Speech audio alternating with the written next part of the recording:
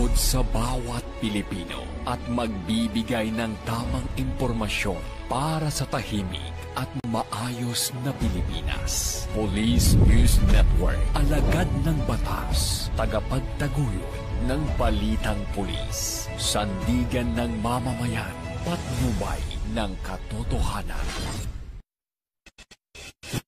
Kampo Krame, maghahatid ng pinakahuling kaganapan at nagbabagang balita. Ito ang PNN Police News Network. At ngayon, ang inyong mga tagapagbalita. Magandang araw, bagong Pilipinas. Kami po ang inyong alagad ng batas, tagataguyod ng balitang pulis. Ako po si Patrolman Joshua Jimenez. At Patrolwoman Janina Aguas mula sa Manila Police District. Maghahatid sa inyo ng tamang balita, kwento ng pulis at serbisyo para sa mamamayan. At ito ang PNP News Online. Ang pangunahing balita ng Police News Network. Alagad ng batas, tagataguyod ng balitang pulis.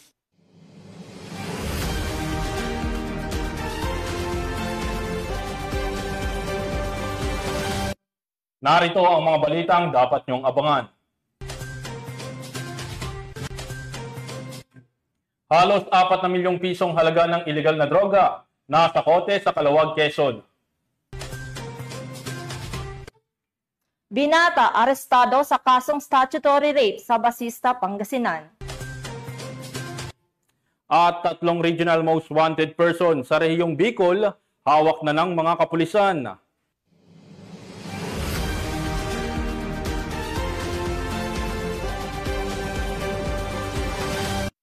Narito ang mga balitang hatid ng ating PNN correspondents mula sa iba't ibang panig ng bansa.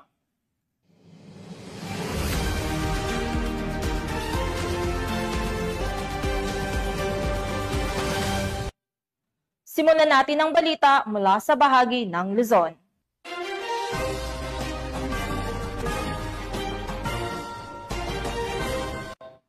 Naging makabuluhan ang isinagawang signing of Memorandum of Agreement sa pagitan ng PNP Anti-Cybercrime Group at SM Prime Holdings, incorporated sa SM Mall of Asia, sa layuning nais maabot ang milyong-milyong Pilipino upang mapalawak ang kaalaman ng publiko ukol sa cyber safety, pag-iwas sa online fraud at digital security. Nagbibigay ito ng oportunidad para sa edukasyon ng publiko hinggil sa online scams, identity theft, phishing at iba pang uri ng panlilinlang sa internet. Nakibalita dyan si Patrolwoman Mary Grace Artizuela. Na naisagawa ang signing of Memorandum of Agreement sa pagitan ng PNP Anti-Cybercrime Group at SM Mega Malls na ginanap dito sa Mall of Asia Complex, Pasay City. Pinangunahan ni Police Brigadier General Bernard Aryang, Acting Director ng PNP Anti-Cybercrime Group, ang formal na paglulunsad ng programa sa pamamagitan ng pagbigay ng mainit na pagbati at paalala kaugnay sa patuloy na lumalalang banta ng cybercrime sa bansa. This partnership is more than an agreement. It is a shared commitment to safeguard our communities, and by raising awareness, teaching vigilance, and promoting preventive measures, we are fostering a culture of responsibility and resilience in the digital world.